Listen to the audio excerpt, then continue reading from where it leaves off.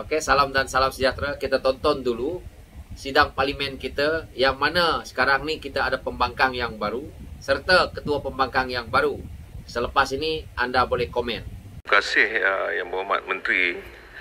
Cuma saya agak confused bila kita sebut pertumbuhan ekonomi 8.7 keseluruhannya tahun 2022. Mana mungkin dia menurun 3.8 kepada 3.5, turun pada 19, turun pada 24. Sebab average-nya ini terlampau rendah daripada 8.7. I think ada kesilapan di situ. Never mind, you perbetulkan balik kerana dia tak mungkin menjadi begitu. Cuma saya nak tanyakan, bila kita dah wujud tu, siapakah ahli-ahli M10 ini? Sebab kita belum dengar siapa mereka yang telah pun dilantik dalam M10.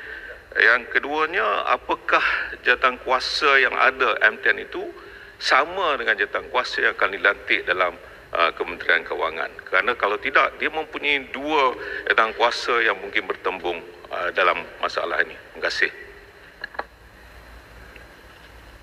Terima kasih Ketua Pembangkang. Saya bersyukur kerana seluruh negara dan dunia dapat menunjukkan bahawa Ketua Pembangkang tidak faham konsep pertumbuhan ekonomi. Dalam jawapan yang pertama, pertumbuhan 8.7% itu Ketua Pembangkang, Tuan Yang di-Pertua, adalah pertumbuhan tahunan. Membandingkan saiz ekonomi kita dalam 2022 berbanding dengan 2021.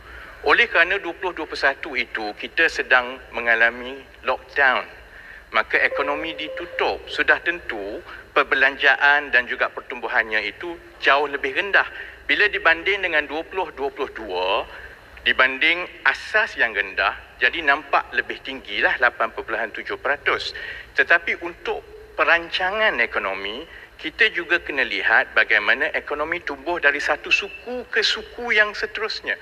Yang saya sebutkan tadi, Ketua Pembangkang, adalah kadar pertumbuhan dari satu suku ke suku yang seterusnya sepanjang tahun 2022, kerana itu penting untuk kita tahu adakah ekonomi kita ni semakin menurun ataupun semakin naik.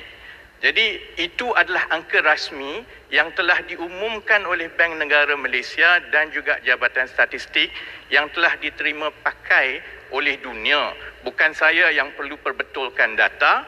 Ketua Pembangkang kena balik perbetulkan pemahaman mengenai pertumbuhan ekonomi. Saya nak Tuan Ketua, saya nak perbetulkan. Cuma saya kata overall pertumbuhan itu saya bagi advantage Ketua Pembangkang. Ya, betul. Tapi jangan jadikan amalan. Tidak. Sebab saya nak perbetulkan itu kan amalan daripada kuarter ke kuarter itu saya faham.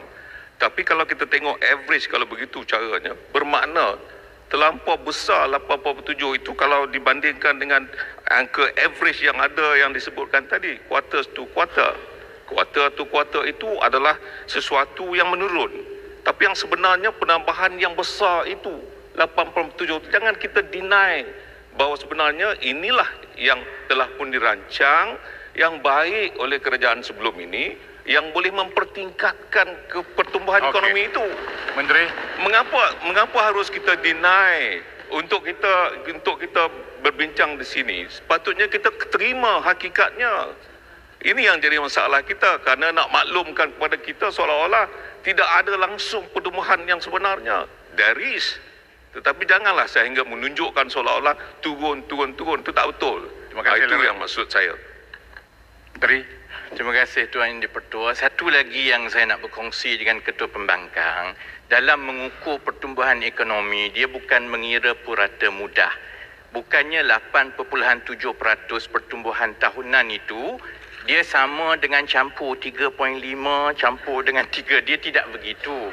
Dia melihat membandingkan dari suku ke suku atau dari satu tahun ke satu tahun. Memang pertumbuhan 8.7% itu berlaku.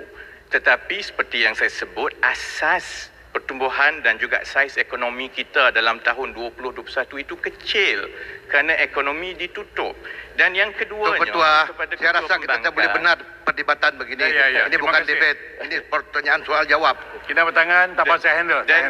Dan yang keduanya ialah yang kita juga kena perlu tahu bahawa pertumbuhan 8.7% itu yang disebut oleh Ketua Pembangkang adalah hasil daripada suntikan wang yang sebegitu besar daripada sektor awam dan juga dana-dana kerajaan melalui bentuk bantuan, juga suntikan KWXP dan sebagainya, yang sudah tentu ada kesan kepada kedudukan kewangan kerajaan.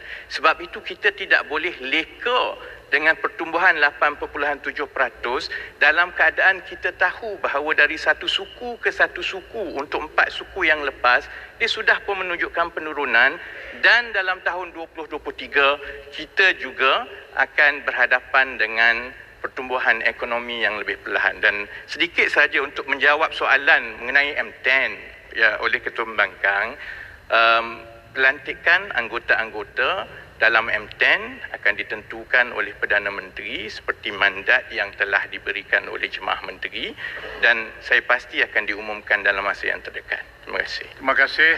Daripada hujah yang dikeluarkan oleh Ketua Pembangkang yang mana dibidas oleh YB Rafizi Ramli sebagai Menteri Ekonomi, sangat jelas menunjukkan bahawa kerajaan yang terbentuk sebelum ini adalah hasil daripada ahli parlimen yang mempunyai egois yang tinggi, yang susah nak mendengar nasihat orang, susah nak mendengar pandangan pembangkang waktu itu.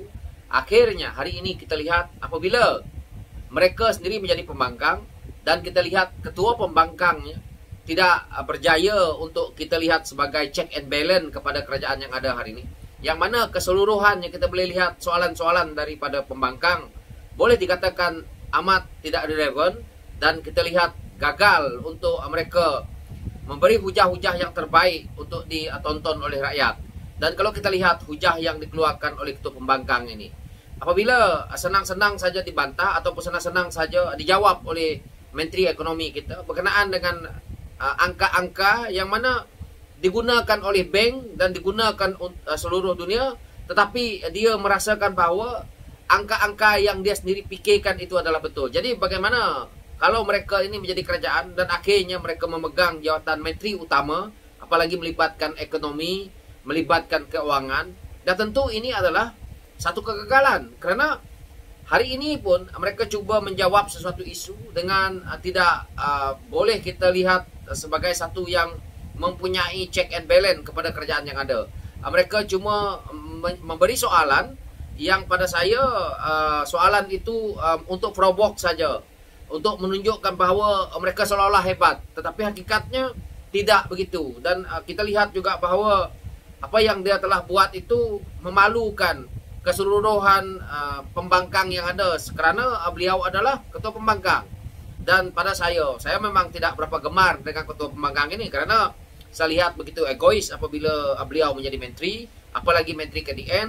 Dan saya yang memang lantang dalam isu sebelum-sebelum ini, memang suka dicari. Sebab itu saya memang lihat apabila dia jadi ketua pembangkang, saya nak tengok dia apakah dia punya kehebatan, betulkah dia seorang yang betul-betul selama ini hebat.